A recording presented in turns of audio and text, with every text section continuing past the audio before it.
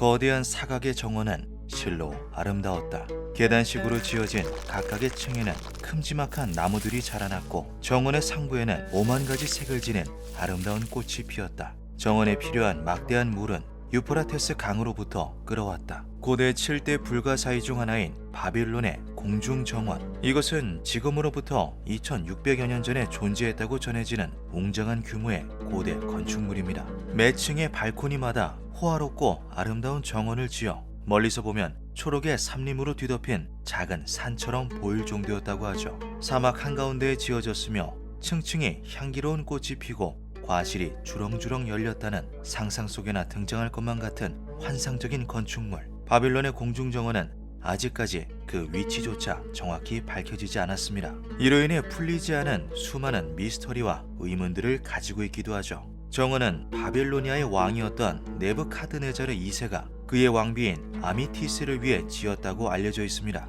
그녀가 고향의 울창한 녹음과 수목들을 그리워하여 그것을 거대 정원으로 재현해 마음의 위로를 주었다는 것이죠. 이는 로마의 역사가 요세푸스가 후대에 기록한 것으로 바빌로니아의 신관 베로수스를 통해 전달되었다고 알려집니다. 왕은 그곳에 온갖 나무와 식물들을 심은 후 이를 공중의 낙원이라 칭하였다. 이는 오로지 왕비를 기쁘게 하기 위함이었다. 정원은 탄생 자체가 의문의 시작이었습니다. 네부카드네자르 2세는 기원전 500년이라는 고대에 덥고 건조한 사막 한가운데에서 어떻게 거대 정원을 조성하고 유지하였던 걸까요? 바빌론은 현재 이라크의 수도인 바그다드에서 남쪽으로 80km가량 떨어진 지역에 존재하고 있었습니다. 이 지역은 예로부터 비가 거의 내리지 않고 기후가 척박한 황무지에 가까운 곳이었는데요. 공중정원의 정체가 공개된 이후 학자들과 건축가들 사이에서 끝없이 논쟁되었던 것이 바로 이러한 부분이었습니다. 사막에서 대체 어떻게 대량의 물을 확보하여 높은 곳까지 끌어올렸는가 하는 것이었죠. 제일 가능성이 높은 것은 고문원에 적힌 대로 유프라테스 강물을 이용했을 거라는 가설이었는데요. 공중정원의 상층부에 커다란 강물 저장소를 만들어 강으로부터 끌어올린 물을 각 층마다 공급했을 거라는 주장이었죠. 하지만 장치의 생김새나 작동 원리에 대해서는 누구도 확신하지 못했습니다. 관련 사파도 없는 데다가 당시의 기술력으로는 한계가 되는 부분이 많았기 때문이죠. 고대 그리스의 역사가 스트라본의 저서에서 이 과정을 짤막하게 엿볼 수 있는데요. 스트라본은 공중정원에 수차를 이용하였다고 기록하였습니다. 폭포수에서 튀는 물방울은 마치 하늘의 별처럼 반짝였다. 수차는 정원 꼭대기에서부터 계단과 평행하게 뻗으며 내려왔다.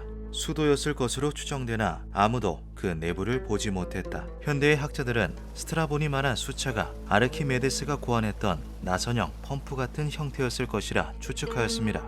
하지만 이러한 수차 혹은 펌프에 대한 묘사가 스트라본의 기록이 유일했기에 가설 이상의 의미를 줄 수는 없었죠.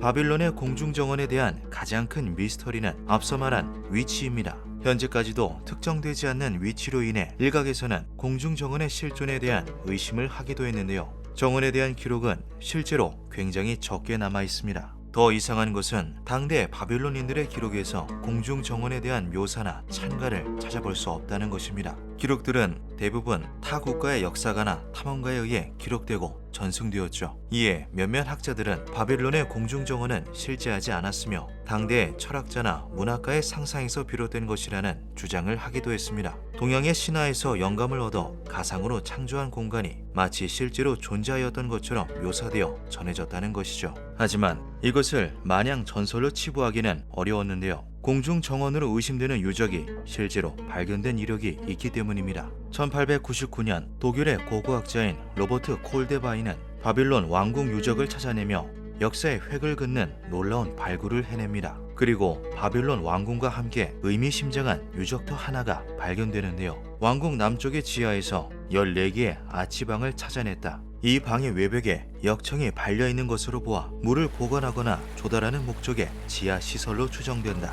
이곳은 어쩌면 전설 속 공중정원의 흔적이 아닐까. 이후 학계에서도 로버트가 발견한 바빌론 유적터가 공중정원일 가능성이 높다는 의견이 오고 갑니다. 고대의 비밀이 마침내 풀리는가 싶었는데요. 하지만 이를 뒷받칠 만한 추가적인 유물이나 기록이 발견되지 않으면서 로버트가 발견한 유적터는 결국 가능성 높은 가설 정도로 남게 되죠. 이렇다 보니 실존 여부와 더불어 정원의 규모와 위치, 구조 등 세부적인 사항들까지 무엇 하나 정의된 것 없이 끊임없는 논쟁이 이어졌습니다. 그러던 2013년 영국 옥스퍼드 대학의 스테파니 달리 교수가 공중정원에 대한 새롭고 충격적인 가설을 발표합니다. 공중정원은 바빌론에 존재하지 않았습니다. 그것은 바빌론 서북쪽 티그리스 강변에 위치했던 아시리아의 니네베에 있었을 것입니다. 그녀는 당시 바빌론이 높은 성벽에 가로막혀 있었으며 왕궁과 강 사이에도 성벽이 존재하였기에 왕가의 정원을 건설하기에는 부적절한 구조였다고 지적하였습니다. 또한 스테파니는 공중정원이 등장한 최초 기록도 근거로 들었는데요. 정원을 건설했다고 알려진 네부카드네자르 왕의 기록에는 정원에 대한 직접적인 언급이 없으며 후대 요세푸스에 의해 최초로 인용되었다는 것이죠. 그녀는 요세푸스가 신관 베로수스의 말을 옮겨 적는 과정에서 바빌론이라는 용어의 이해를 잘못한 것이라고 주장하였습니다.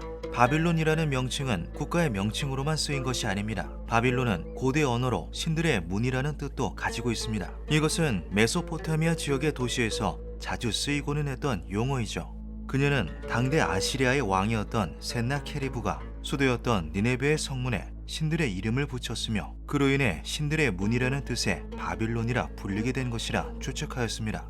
요세푸스의 최초 인용 과정에서 이 의미가 지역명이었던 바빌론과 혼동되었다는 것이죠. 달리 교수는 센나케리부 왕이 니네베에 정원을 지었을 것이라고 주장하며 몇 가지 의견을 덧붙입니다.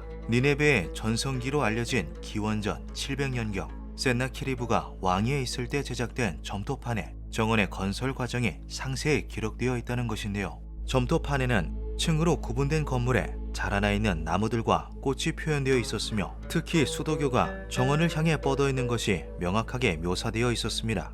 그녀는 이 수도교를 통해 주변의 산에서 물을 끌어와 정원까지 공급했을 것이라고 설명하였죠. 실제로 니네베 인근에서 길이가 80km에 달하는 거대한 운하가 발견되었는데 달리 교수는 이것이 바로 그 흔적이라고 말하였습니다. 이 주장은 학계에 큰 반향을 일으켰습니다. 끝내 실체가 발견되지 않으며 전설의 한 폭으로 사라지는가 싶던 바빌론의 공중정원이 실존했을 거라는 높은 가능성을 시사하는 부분이었기 때문이죠. 이것은 신빙성 있는 주장으로 받아들여지고 있으나 그 진실에 대해서는 아직 확실히 규명되지 않고 있습니다.